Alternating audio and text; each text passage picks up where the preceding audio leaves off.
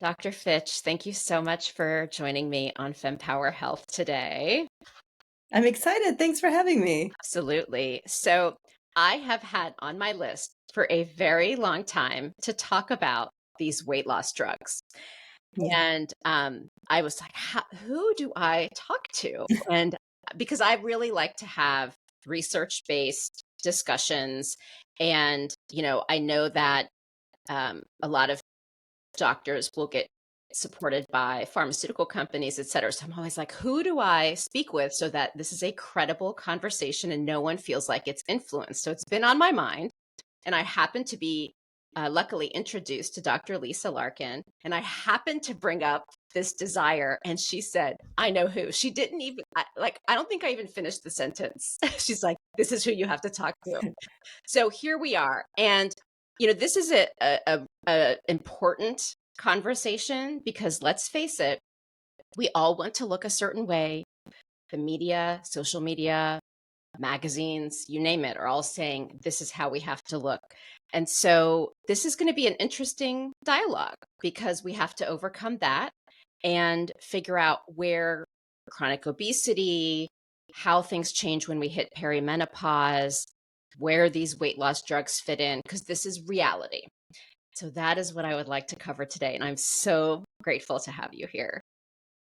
Well, it's great to be here. And, I have been doing this for quite some time, before we had, these newer medications that we have today that are so much more effective for treatment. So it's just nice to be able to, have effective treatment today because for obesity, 40% of the US population has obesity and another 30% struggle with overweight or potentially metabolic syndrome or metabolic conditions that predispose them to diabetes and other types of diseases like fatty liver disease, et cetera. So I think it's really important to recognize that potentially 70% of the population actually, needs these medications from a health perspective. Yep. So, we like to talk about it from a health perspective more than just a cultural desire for thinness.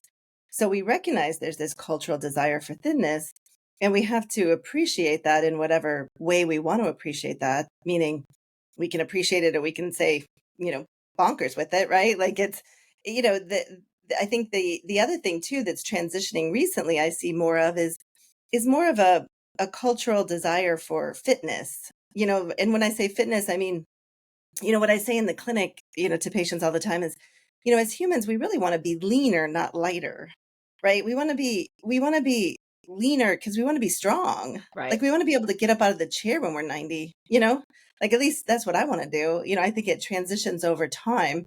Like you don't think about that in your 20s and 30s, but as you get into your 40s and 50s, you start thinking, hmm, like when I'm 90, I want to be able to get up out of my chair and go to the grocery store myself without, people having to like, transport me around, right? So you want to still, I think the mindset is shifting a bit from this cultural desire for thinness to like a cultural desire for leanness or fitness, right? Like meaning we want to be also, strong in terms of throughout our ages, right? Not just thin, because Yep. that, isn't necessarily healthy on the other side, Right. to be too thin from a just a thinness standpoint or a purely weight standpoint. Yep. No, absolutely. So before we go further into the discussion, like I typically record a separate introduction to give your background, et cetera. But I would love to hear straight from you so that others can hear it about your background and your passion for this topic and the work that you've been doing. And then we can dive into more of the questions.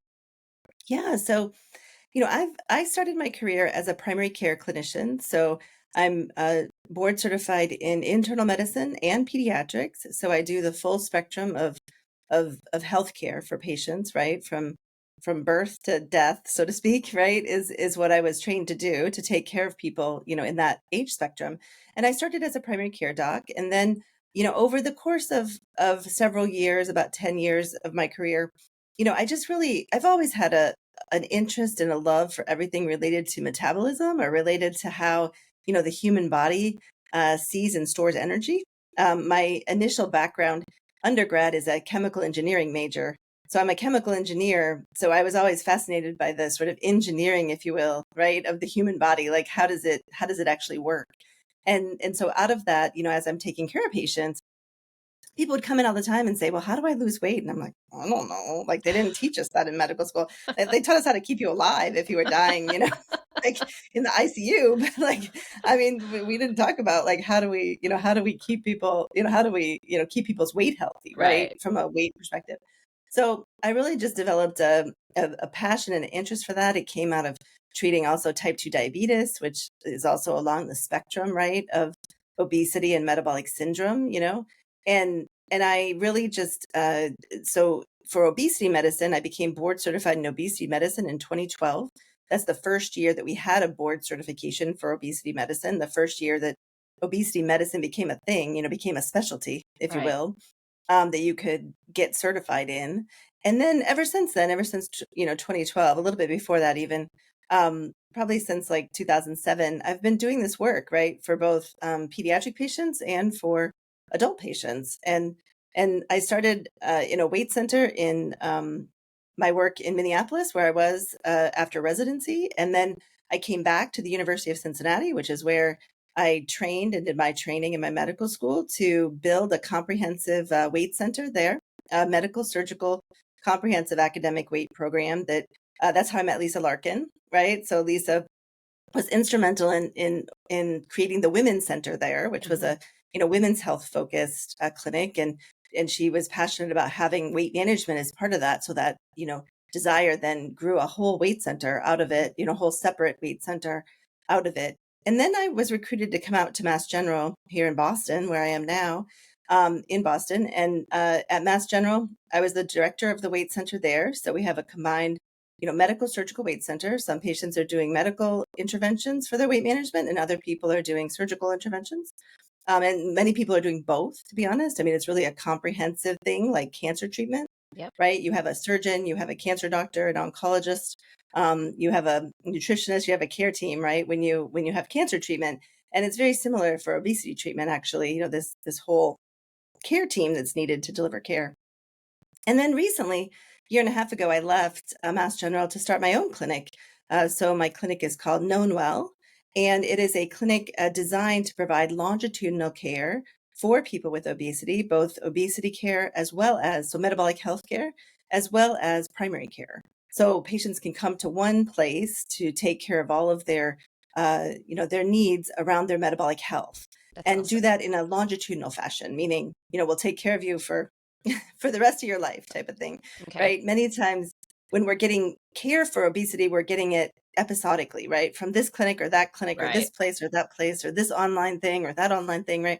And we wanted to create a place where people could call their medical home, right? And when we're talking about 70% of the US population that fits into that category, we also wanted it to be a non-stigmatizing place, Right. because there's a lot of stigma around obesity treatment, and there's a lot of stigma around obesity itself. Obesity or weight management in general, it's very hard. This is a physiological process that is controlled by the human body with the intention to gain weight, right? The normal process is to put weight on, because if the normal process was to take weight off, we would have all died in the wilderness at some point.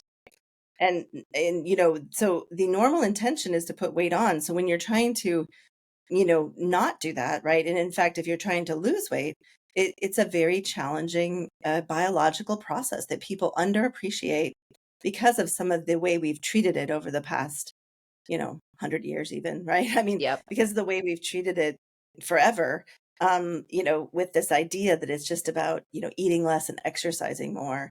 And we know now it's much, much broader than that. Yep. Wow. So I'm glad that you shared it in the way that you did, because, and I love how you ended this with the stigma around obesity and weight. So there's so many pieces to this. So when it's complicated, I always struggle, like, how do we cover this so that we get at all the different pieces? So what I tend to do when it's that complex is just kind of give a quick summary of what I think some of the root causes are, and then we can take them piece by piece and take it Yeah. from there. So, incidentally, yesterday I interviewed an expert on the gut microbiome, and Mhm. wow, like he has read thousands of papers. His view on it is absolutely fascinating. Experts like Dr. Robert Lustig and others are really talking about metabolic syndrome and how a lot of the root cause of that is the way that we're eating. And he's really trying to get people to understand that we've got to change the whole food structure in this country, especially, and around the world. Um, and just giving better access to healthier foods. Then, when it comes to perimenopause and menopause, which is a bigger focus now for Fempower Health, we have these hormone changes and many other factors where I get text messages constantly from friends and others where it's like, I'm gaining so much weight around my middle. How do I stop this? I'm literally changing nothing. And it's so fascinating in this stage of life. The text messages are the same. I'm like, I could just rinse, repeat. I'll just send it to everyone and say, right? So these are kind of and then we have the weight loss drugs where, so there's this kind of gut microbiome diet, the war of, is it keto? Is it intermittent fasting? Is it a weight loss drug? Is it, what's the other one? Intuitive eating. So there's just this like complex world of stigma, tools, right? Yeah. So, I guess, like, how do we tear this apart and like help people understand the pieces? So maybe we can just start with perimenopause and menopause and this weight gain that is maybe unique to this stage of life and why it might be happening, and start from there. Yeah, well, like you said, it's extremely complicated, right? And because of the fact that we haven't treated it in a fully like medical way, right? It means that a lot of this has been pushed into just the commercialization slash, the billion-dollar industry that is this sort of industry, right? Right. And it's not that there aren't people in there doing a lot of good, right? But the point is it makes it way too, complicated, um, to be honest. And what it's really about, what I tell people is from a perimenopause menopause standpoint, right? It's very complex. I mean, part of it is the biology and the changes in the hormones, right? The decrease of estrogen in particular. And estrogen, we know has biological factors that help suppress our appetite. So when we don't have as much estrogen, we naturally eat a little bit more. You may not think you're doing anything different, but probably you are. But it's very subtle. The thing is that to gain 5 pounds a year, right, as a person, it only takes 10 extra calories a day, like to do that. And so it makes it very challenging to make changes in that time of life because, like I said, it's just a normal fact of life. Now, that doesn't mean we have to live with it, meaning just like with menopause, right? I mean, there are treatments for menopausal syndromes today. It doesn't mean we have to just have hot flashes, so to speak, Right. right? Like it's a normal process of menopause to have hot flashes, but that doesn't mean we have to live with them if they're really disrupting our lives. And so we have to come to that, decision of, how disruptive is it? And do we want to do an intervention on it? And there are interventions, as you mentioned, that are that are behavioral, right? Even for, say, hot flashes, for example, you can take a medication, to help with those. Multiple medications now today, hormone replacement or some of the other newer medications that are working just on the vasomotor syndrome, right? Yep. And or you can like not drink alcohol at night because that makes it worse. You can exercise more because that helps, to decrease hot flashes. We have this data and we have to decide as humans like what we can employ, right? And how we can take care of ourselves. I think so often, especially as women, we are not trained to sort of put the oxygen mask on first, right? Like meaning, we're putting everybody else's oxygen masks on and, we're barely breathing, before we put our own on, right? Right. That's the plane analogy, right? If the plane's going down, you're supposed to put yours on first and then help everybody else, Yep. right? But I think as women in particular, we tend to take care of our families. Many of us have other jobs or other obligations, like, we volunteer at school, we do all these, other things. And so I do think we have to decide that if it's something we want to change, then what are we going to do to change it? Right. And that right now is the big question, because it is very hard to change. I get those same comments all the time myself on various, avenues, right, of questions. And it's really a complex process of, at this point, trying things, right, to see what happens. And then if those things aren't working, then trying something else, right? Because I think so often people get into a vicious cycle of trying too hard, if you will, at something that's not working. Right. Like, you know, um, our gut microbiome is certainly a big factor in a lot of diseases that we have.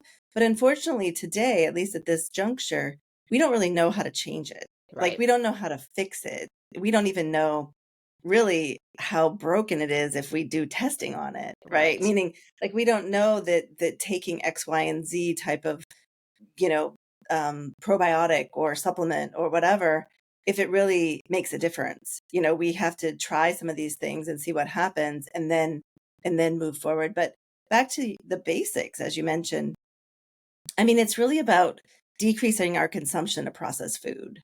Yep. So, I mean, it doesn't have to get quite as fancy as, intermittent fasting or, other types of keto, et cetera, right? Because all of these things come down to the fact that when we do these things, whether it's keto, intermittent fasting, intuitive eating, whatever it is we do, we are typically then eating less processed food, right? True. As the main, and that's really the thing we have to try to do, Right. right? And we talk a lot in our work around, crowding things out instead of cutting them out, because the American diet is full of a lot of ultra processed food. So to ask someone to live completely opposite of the environment that they're placed in is not biologically what we do to animals. Like, we don't ask animals, we don't expect living organisms to live opposite of their environment, right? True. Like, Fair point. and but right, but we're asking people to do that when people get up and say, "Oh, it's easy. You just have to not eat this and that and this and that, and just do that." Well, that's like really hard. Like, it's not easy. Like, I mean, it's really hard when you're filled with this environment of processed food to say, "I'm eating differently," right? Right. And that's what, so the more we can work on that, though, right? The more we can eat, we talk about crowding out instead of cutting out, meaning, eating more vegetables as the goal, not eating less, whatever it might be, right? Right. Less, bread, or less, rice, or less cakes, or less cookies, not about that, but about, trying to, eat more of the stuff that is good for us, which is really plants and protein, Right. right? So what I tell patients all the time is, our goal is to eat planned portions of plants and protein, Okay. right? Like, every time you eat, you're eating a plant, you're eating a protein, right? You got your yogurt and your blueberries, right? You got your protein in your yogurt, you got your blueberries, which are a plant, right? You got your farro and your carrots and your chickpeas. There's plants and protein in there, right? But we have to, work hard at that to do that, because that's not what is right in front of us. Yep. No, absolutely. And it is challenging. And um I mean, because we live in, like, I will say this, I have, my brother lives in Alabama, and wow, when I visit, do you It's know how bad. hard it is to find healthy food? It's There bad. Yeah. is, he's in Tuscaloosa, and I think it's changing now because I haven't been there in a little while, but like, there was one place that I could go out to eat that had healthy food. Otherwise, it was groceries. And Yeah. given the demographics there, I'm assuming that a lot of people are working and struggling. And how in the world are they going to have time? They're probably getting fast food. Like, you're Right. absolutely right. The reality, you know, um, is is we have to face it. It's hard. Yeah. And it's not going to change quickly. We can't just get rid of everything that is, not that we have developed over time and for a reason. That, we have developed this food system that we're living in, and in the United States, and we definitely need to change it. but it's not going to change very quickly because, you know, right now, literally, this is what I said the other day. And I was doing an interview for some press, Washington Post or Bloomberg, one of these, places. And I said, literally, capitalism right now is killing us, Yeah, killing 100%. us.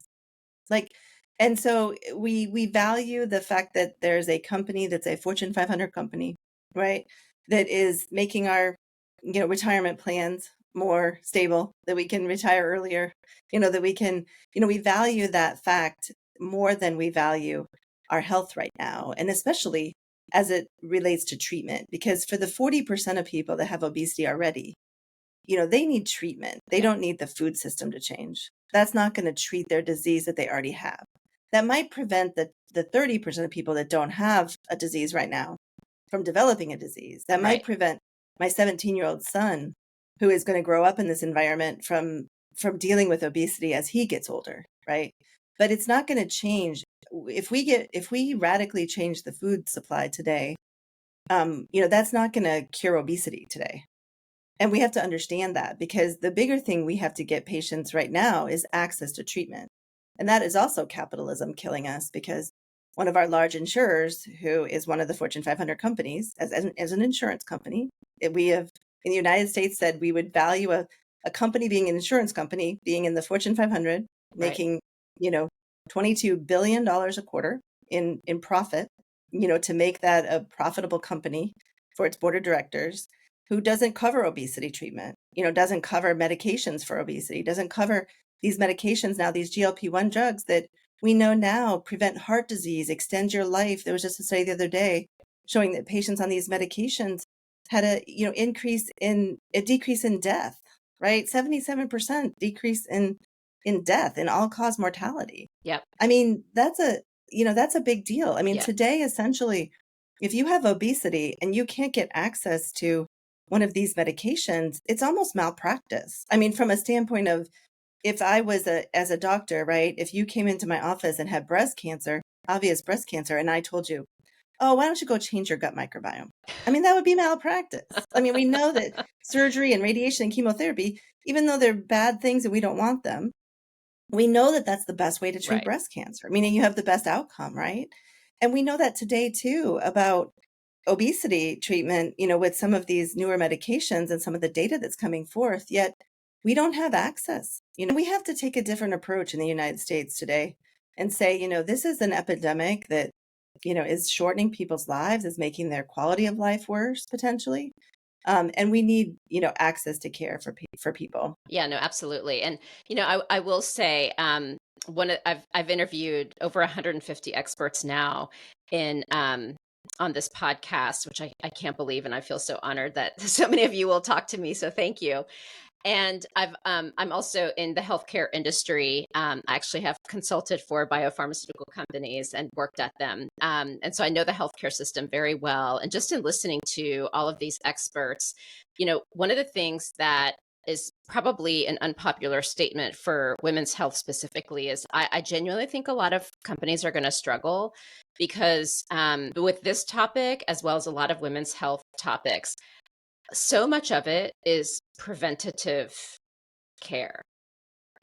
And you don't make money on preventative care. Even though in the long run, your costs go down, what Right, people value is revenue. And that right. is messing up so many things. It's messing up what you're saying. It's messing up women's health products getting funding. The amount of impact that it has by looking at this wrong, and the way we incentivize behaviors with these companies is unbelievable. Um, It is.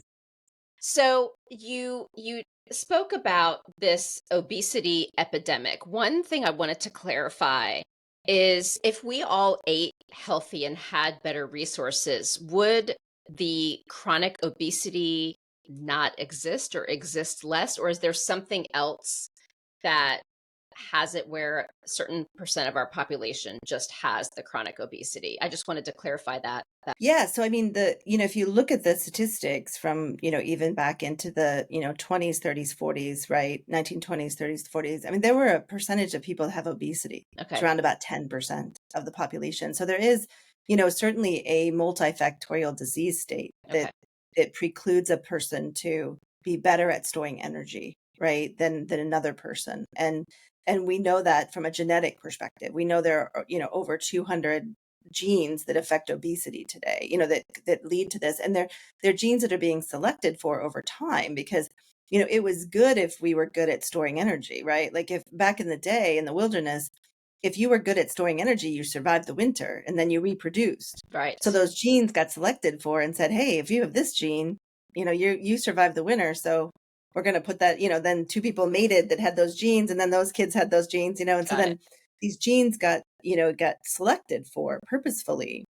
Okay. We don't need them today. I mean, in our world today, because of, the excess energy that we have around us and the Right. decrease in physical activity. I mean, increase in screen time, decrease in sleep is huge. The fact that we don't prioritize sleep in our country, the stress. I mean, the stress of some people having to have three jobs and raise four kids at the same time, right? So I think there is a lot of this is a multifactorial disease that is coming forth. It's not just about the food. And certainly, like I said, at this point, if we, radically change the food supply, that would still not cure obesity, Okay. right? And that's what we're figuring out from a now, over time, it could definitely, we're hoping that we can bend the curve on obesity with all these things that we're talking about, right? That we can, because it's just been going up and up and up year over year, the prevalence, right? So Right. 10%, sort of it was flat until the 1970s, 80s, right? Or, when it started to go up, which is again multifactorial. There was a lot of development of technology. There was a lot of women going back to work, you were in a household where you had two people working instead of one, whether that was, man, woman, or whatever. But the point was that you needed quicker, there was a lot of talk about making things faster. That was Yep. Betty Crocker and her kitchen. And, Yep. you know, you got to do it faster now because you don't have as much time. Right. So it's, and then wondering how we're going to feed the entire population of the US with just local farming. Right. Right? We recognized early on that we can't feed the growing population that was growing, right, with our current situation from a standpoint of getting food out to people.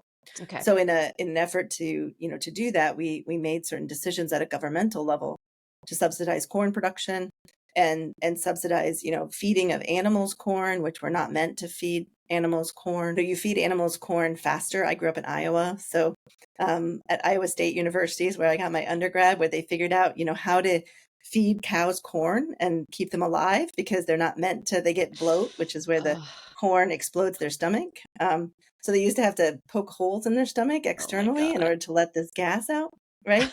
And they, figured out, how to do all this, right, in terms of animal husbandry, if you will, or animal development of how Oh we my how we do God. that. So you feed them corn to get them to market faster because they get fatter faster eating Yep. corn.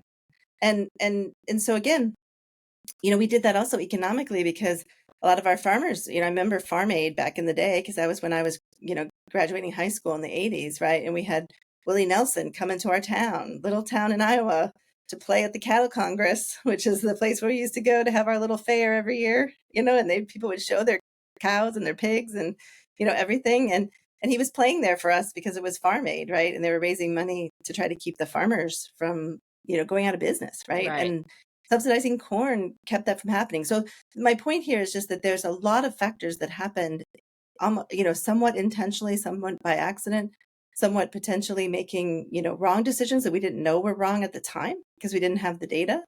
But again, we have to, figure out where we're at today and start to make a difference, Yep. and that's where, at least at this point in time, the disease of obesity is much more treatable today, if we can, hopefully get patients, better access to care, which, like you said, the downside is that care costs money and then that care prevents other diseases which again is not what's valued today, Right. unfortunately. Yeah, no, it's completely lopsided. Many So, weight centers are closing. Many places, many health systems across the country are closing their weight centers. We know this because a lot of the physicians are reaching out, wanting jobs, because they're not profitable as a branch of healthcare, even treating obesity, right? Orthopedic surgery is profitable.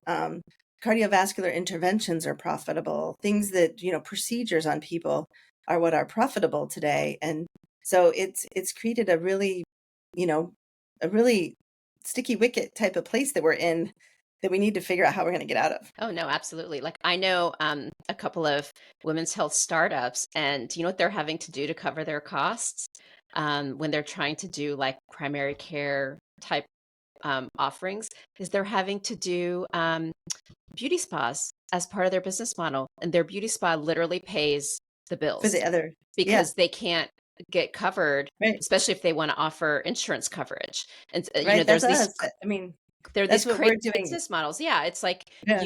you people are getting white label products and putting their brand name on it. You know, you see that with a lot of these influencer clinicians. They're doing it with their supplements. I mean, it's Right. oh my God. It's crazy. Yeah, we're not doing that at Known Well. What I was saying is that we're taking insurance, so we're trying to do our company with completely, standard healthcare. So, and that's going to be the challenge, right? Yeah, That's what we talk about is whether we can keep ourselves alive, right, with just, billing insurance. yeah.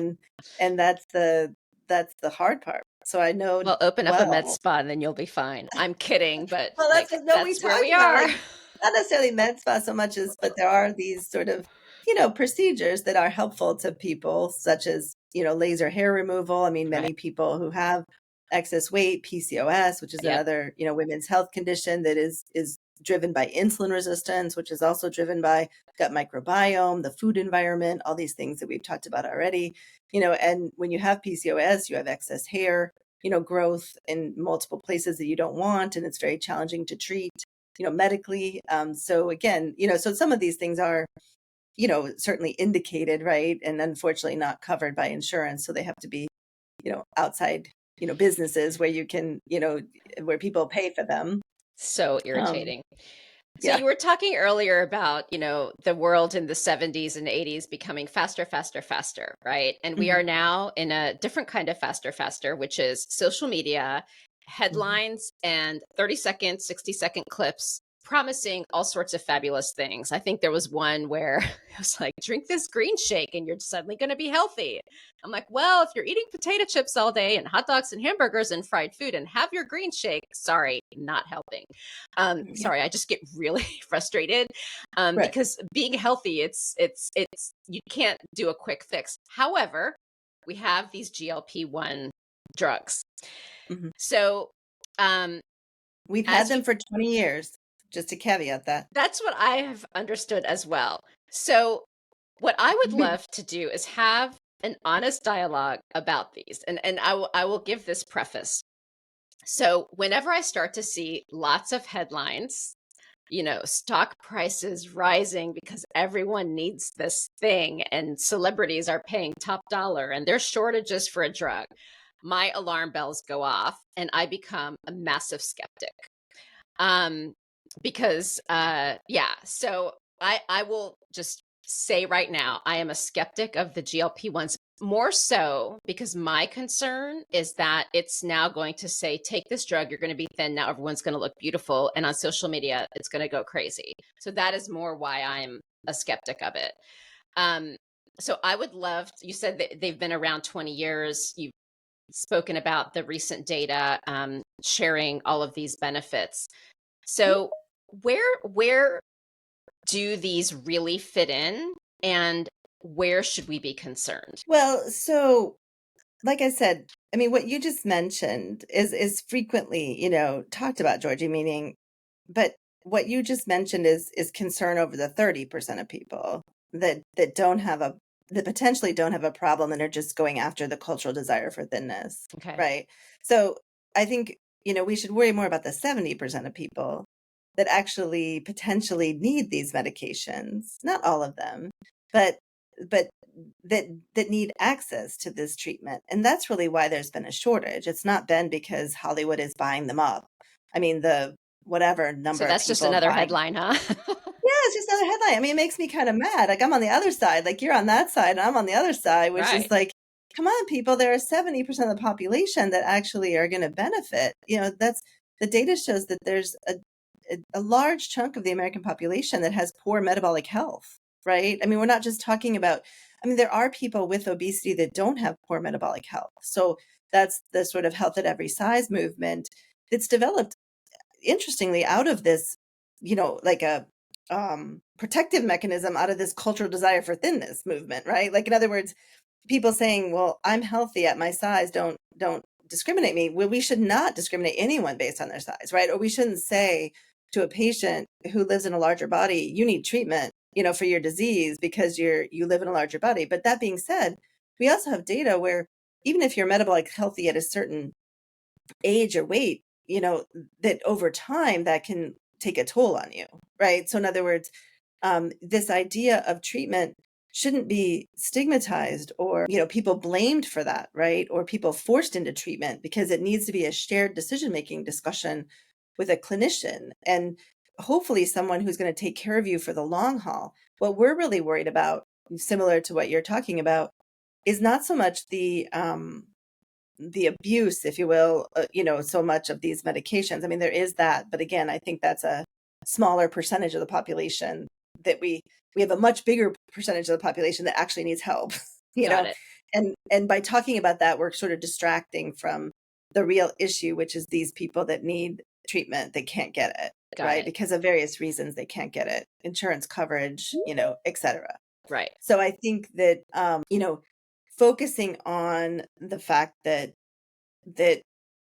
we need to help understand that they're very, very helpful medications on multiple levels. And the data we have today, at least, doesn't show that there's a lot of excess risk associated with them. Right now, semaglutide, which is the first of these products 20 years ago, the issue was that they just weren't very good, so to speak. Right? Okay. I mean, they produced about 5 to 8% weight loss, right? And now with semaglutide coming on the market, which is Ozempic or Wegovy, Ozempic for diabetes treatment, Wegovy for weight management.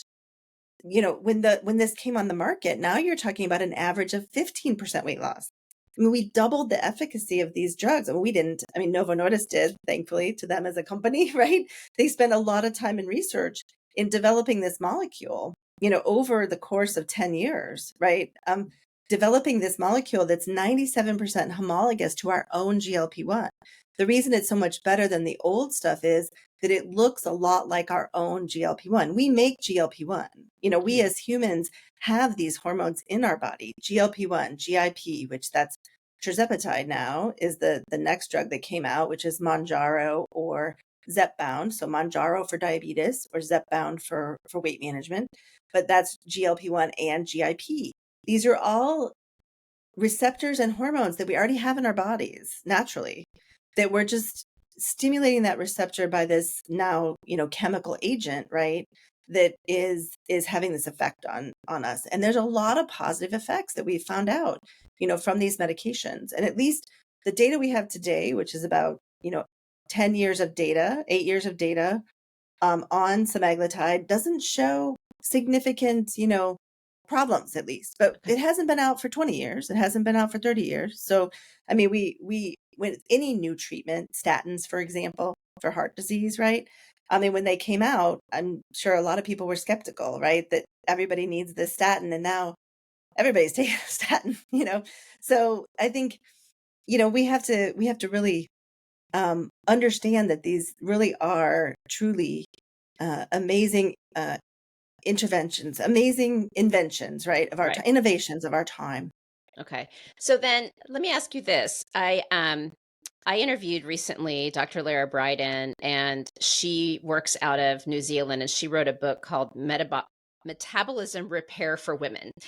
Mhm. And I had discussions with her. I've known her for many years now. I've had her on the podcast many times, and we had discussed like how much she was going to be covering the GLP-1 drugs in her book, and she made sure not to cover it too much just because of the media controversy and whatnot. But she had a really interesting point about them, and I would love to get your perspective, which is in some cases, and I don't want to put words in her mouth, so this is my interpretation of our discussion, is a lot of times these GLP-1s can almost be like a boost, maybe it's not the right word, where it's something to someone can take temporarily to just kind of get them reset to then um, you know, get on the better diet and whatnot. So I guess I'd love your answer to that, as well as just generally speaking, is this meant to be a lifelong drug or not? So maybe you can just talk about that dynamic of the role that they can play. I think, that is going to, for the majority of people,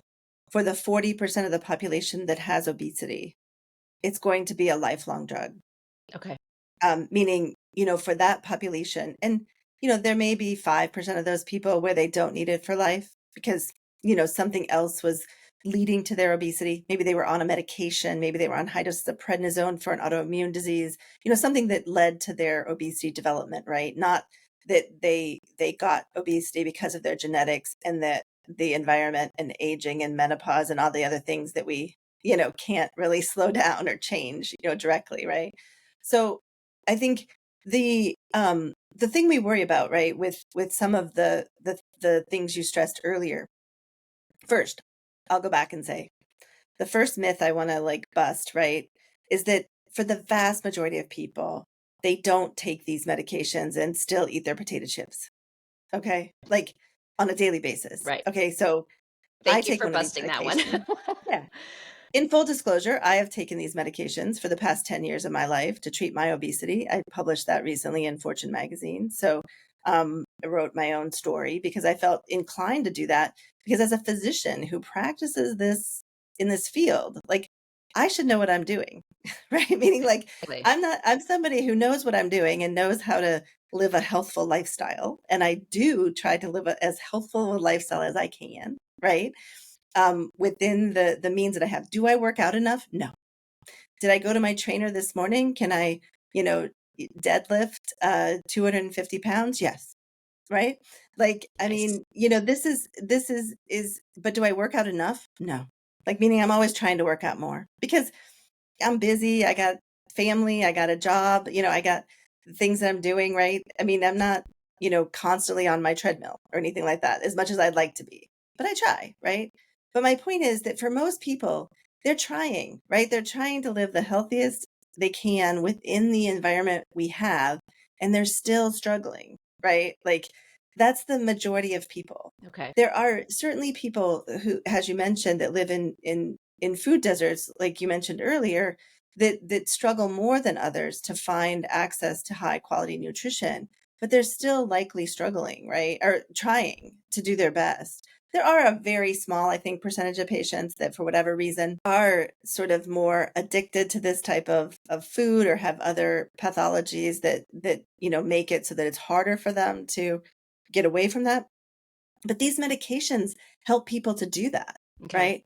But they don't reset something. So that's myth number 2, is that when you take them, if they're helpful, you're likely to need them long term because when you stop them, the data shows that the weight comes back on. Because if you were able to do it on your own, you would have done it on your own in the first place. Okay. There's about 5 to 10% of people that truly, and this comes from a lot of good data on things like Weight Watchers and other programs, lifestyle programs that have been studied over the years. It's just the natural tendency of the human body biologically is to gain weight back. And so you're going to fight against that. And the biggest thing that we worry about, meaning those of us in the profession, right? That are, I was recently the president of the Obesity Medicine Association, which is the largest association, the oldest association of clinicians, all sorts of clinicians, nurse practitioners, dietitians, psychologists, physicians that take care of patients with obesity, right? Our organization has been around since 1950. So we've been doing this work, for a long time, even before we had, these amazing treatments. But the thing is that what we worry about is if people lose weight and then gain it back, it's harder to lose weight again. And you become sicker when you gain the weight back because you tend to gain more fat mass back than you gain muscle back, Okay. lean mass. And that's kind of this idea when you mentioned, I have not read the book of the person you talk about, but sort of fixing your metabolism. When people talk about that, it's usually because, women in particular, I think, have been really good at chronic dieting, sadly. This chronic idea of just depriving oneself and going in these spurts of, I take off 20 pounds and then I gain it back. And then I take off 20 pounds. A lot of my patients come in and say to me, I've lost 100 pounds. I'm like, oh, that's great. And they'll be like, no, I've lost 10 pounds, like 10 times. Like, I've Ouch. gained back. Like, Right. I lose 10 pounds, I gain it back. I lose 10 pounds, I gain it back. And I've done that over the course of 20 years. Right. And so this sort of chronic up and down, what we're finding is not good for our metabolism. Right. Because of the fact that when you gain weight back, you tend to gain more fat mass back than lean mass. And when you do that, then your body fat percentage is higher, your muscle mass is lower, relatively speaking, and you're not burning as many calories, Got right? it. Your metabolism is lower now, despite the fact your weight is back to that number, whatever it might be, right? Okay. And so we cannot get in. I fear, especially with some of the increased access that we've created out of commercialization of this field, right? And out of us allowing commercialization of this field, so to speak, like we've never allowed any kind of treatment, right? Being able to buy pharmaceuticals from a website, where you're filling out a form and a physician or clinician is blessing that form and sending you a product, right? I mean, we don't give out cancer drugs that way, Right. right? Like, yet we're allowing this to happen for various reasons. And I'm worried that people are going to do that when they can afford it. They're going to treat their disease state. They're going to lose that weight. But then when they stop the medication thinking, I can do it. I've done that myself. I've stopped treatment several times because I'm like, I can do it now. I'm riding my Peloton. I'm doing this. I can handle it. And then the weight starts to, people can go, at least personally, like I can go 3, 6 months at a time and maintain some weight loss, but it starts to come back, right? And I know that it's important for it not to come back, so Right. I will go back on treatment. So I think there's a future where when you're in a care system where you're being cared for chronically, right? Where you can have periods of time when you go off treatment potentially, but you're probably going to need to go back on treatment, and you need to do that sooner versus later, and that's the hard part because it Okay. creeps up on you insidiously, Okay. right? Weight is one of those things that, you're this weight and then all of a sudden you're like, how did I gain 15 pounds? Right? Like you don't really notice it a lot of times until it's come on. Right. Like it's not something you notice on a day-to-day basis. So, um, we know that metabolic health is really important. We know Yep. that we have food deserts and there's this reality of our life. Um, and we know that like menopausal women are really struggling with their weight.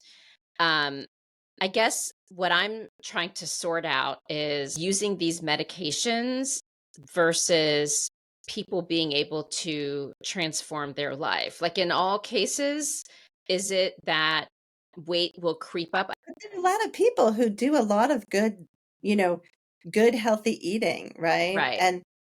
And still, like, I mean, I have a lot of patients. I would say the vast majority of my patients are eating fairly healthy, Okay. relative to it is just, really hard. We like I said, biologically think that we can control our weight Okay. when it is really something that is so multifactorial, right? Okay. Relative to, myself even, like, being on treatment for as long as I have significant obesity in my life or my family history, right? So I mean, I have clearly have genetics. I've never done any testing on myself, but probably should just out of curiosity, but I know it's not going to change anything. But I Right. mean, my family, I have pictures of my great great great great grandfather who came over from Norway in the 1800s, and he's sitting in a chair and you can clearly tell he has obesity. Right. This is 1860 something. Right. This is not like, something that's recent problems, right?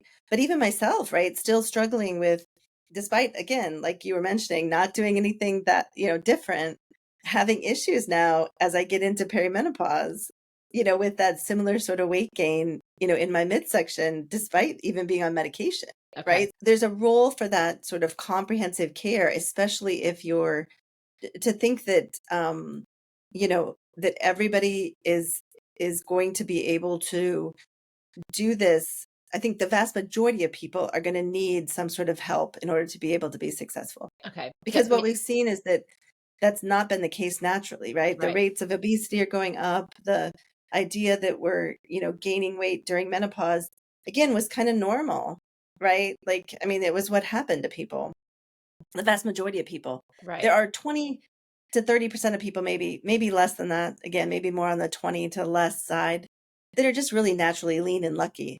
I mean, they're people that don't struggle, and it's just a genetics wise, they're just in that sort of lucky category, if you will. Right. No, that's completely fair.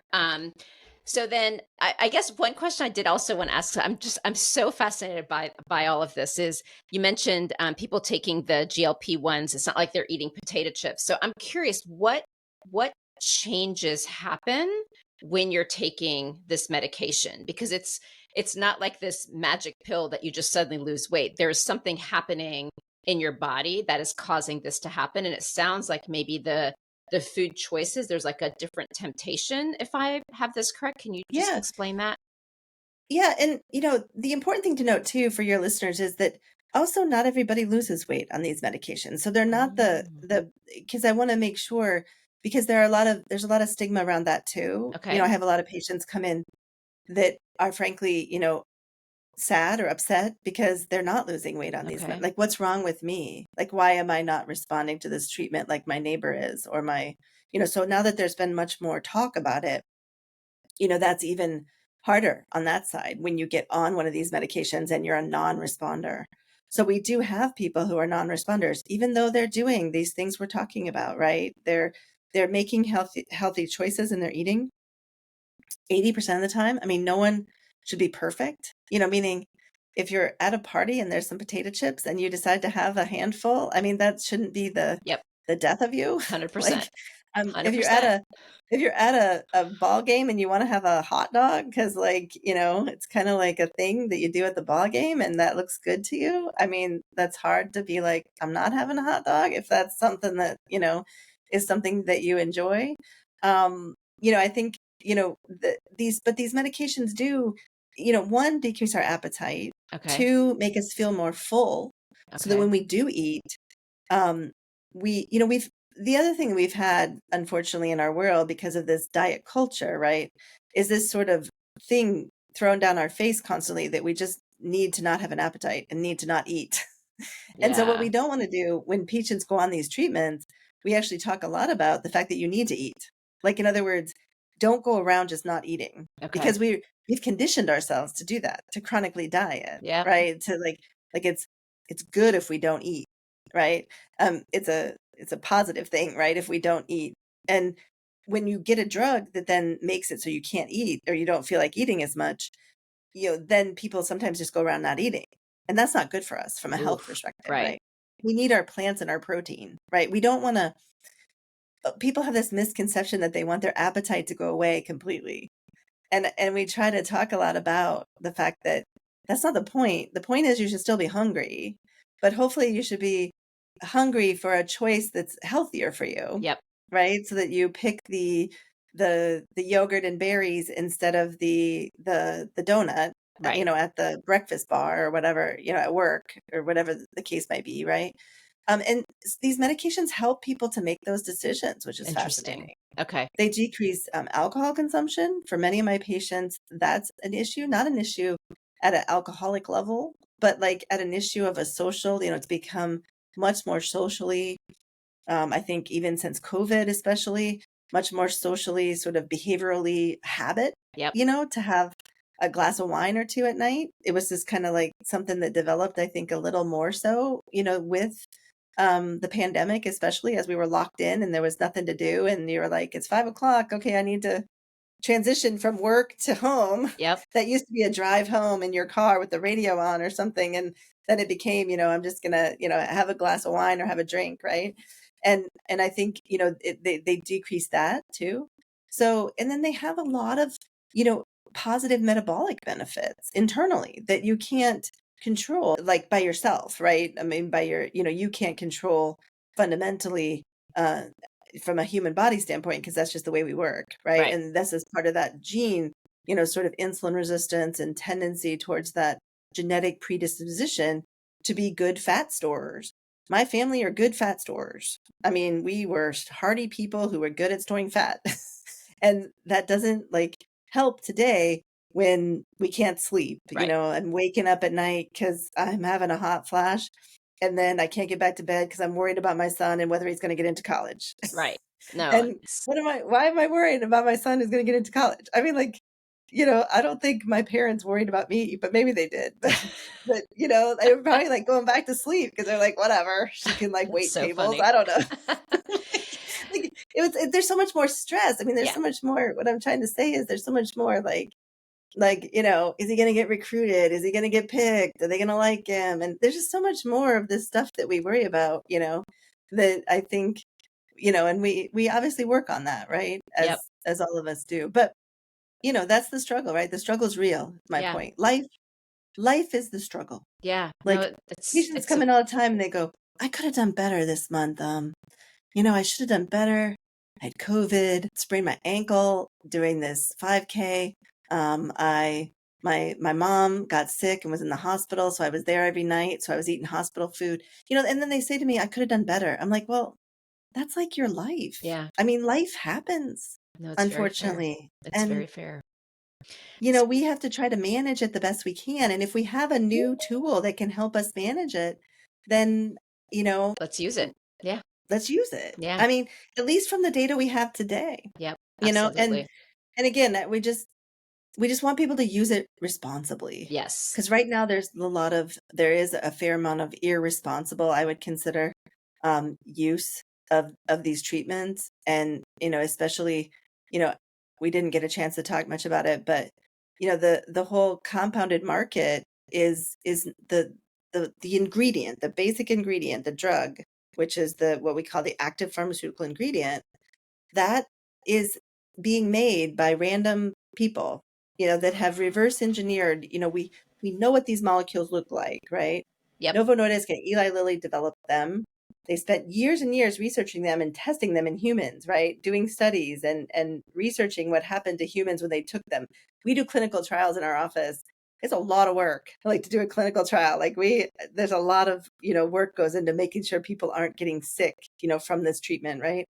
And they've developed these molecules, and then people are just copying them in labs in other parts of the world and then selling them to people here in the US in order to put them into a compounded product. It's not so much the compounding process that we think is the worry. Right. It's really it's not the mixing of the API with the water to put it into a vial. It's the fact that the API is not the same, potentially not the same stuff Okay. that Novo Nordisk and Eli Lilly are making. Okay. It's like a fake Louis Vuitton, right? Like, I mean, Louis Vuitton didn't make it, but somebody made it to look like Louis Vuitton. Is it the same? Well, it's a purse. So if it falls apart and all your stuff goes on the ground, well, that's the thing. I mean, this we're talking about putting drug into our human body. Right. Now, aren't they also being, when I spoke with Dr. Larkin, she said you have to talk about the compounding. Isn't there some sort of weird marketing term that people are using too is making all of this incredibly confusing? I feel like she Well, was they're alluding to saying that that. it's like, it's the same ingredient as Monjaro or Zepbound, right? And or the same ingredient as Ozempic, right? And the thing is it's not exactly, I mean, it is potentially the same, meaning that when the compounders get it here in the US from overseas and they get this drug, they will do testing on it to make sure that it like looks like the molecule, right? That Right. it's semaglutide. But it's still not potentially the same semaglutide that because there's no generic base product available. Like the companies that created these people mistakenly think that you can just grab this stuff off the shelf. I mean, I'm okay with compounding, heparin or epinephrine. These are drugs, or even, I mean, there's, lots of discussions around women's health with compounding, hormones, Yep. right? Well, estrogen is a generic drug that's been around for a long time. I'm sure there are certain, companies that might make it better, right, too, right? Meaning a company that has, a lot of, has to abide by the FDA regulations and has to like do a lot of quality control, like Novo Nordisk has a lot to lose. Meaning, if they if something wrong goes awry, right? They're going to produce high quality product, Right. right, on purpose. The places that are making it over there, we have Right. no idea of Right. the quality of what they're putting in there.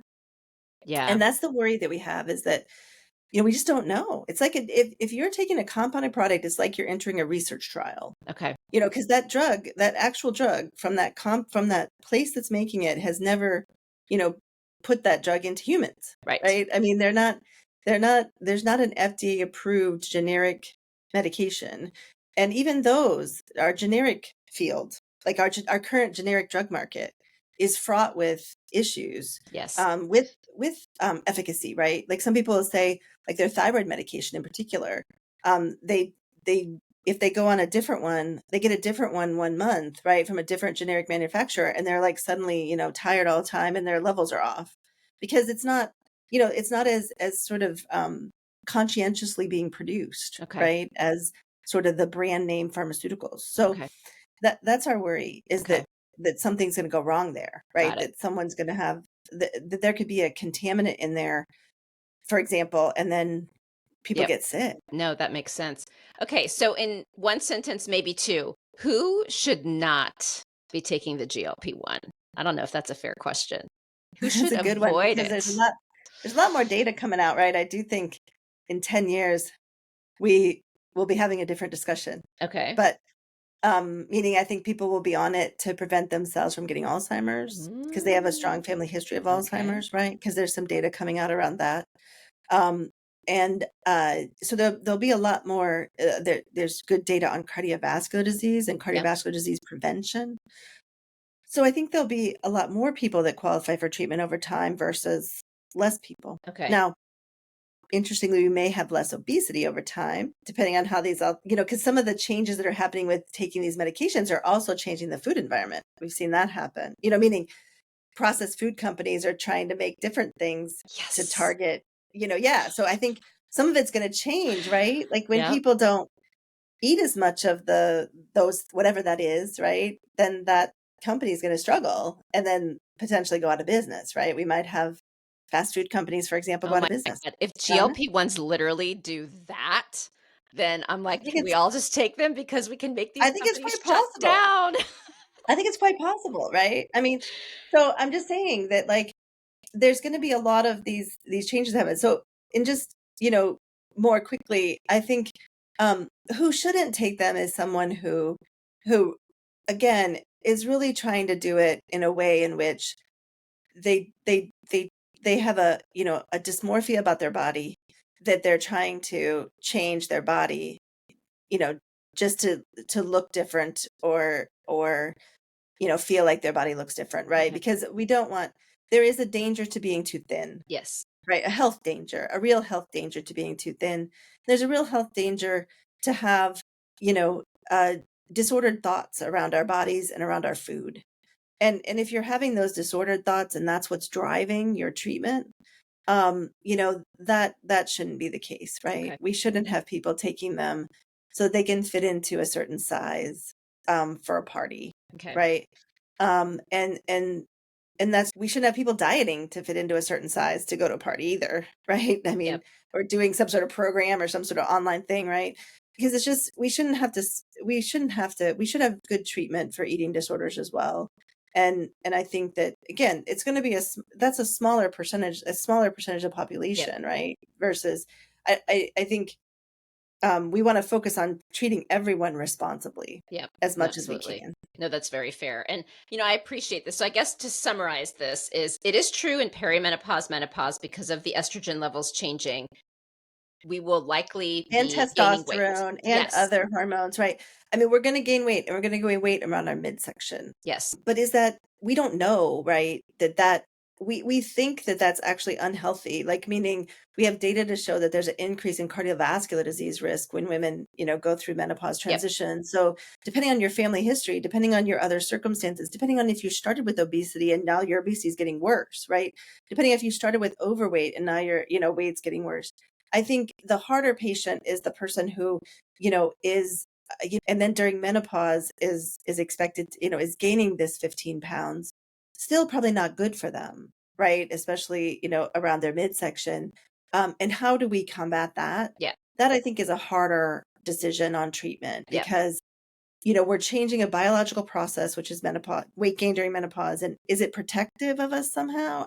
I mean, and could it protect certain people, but not others, depending on your other risk factors? So I think it's a valid discussion to start to have and Right. to look at more research around, well, what if there is an increased cardiovascular risk, no matter what size you started at, with that 15 pounds of weight gain around your midsection?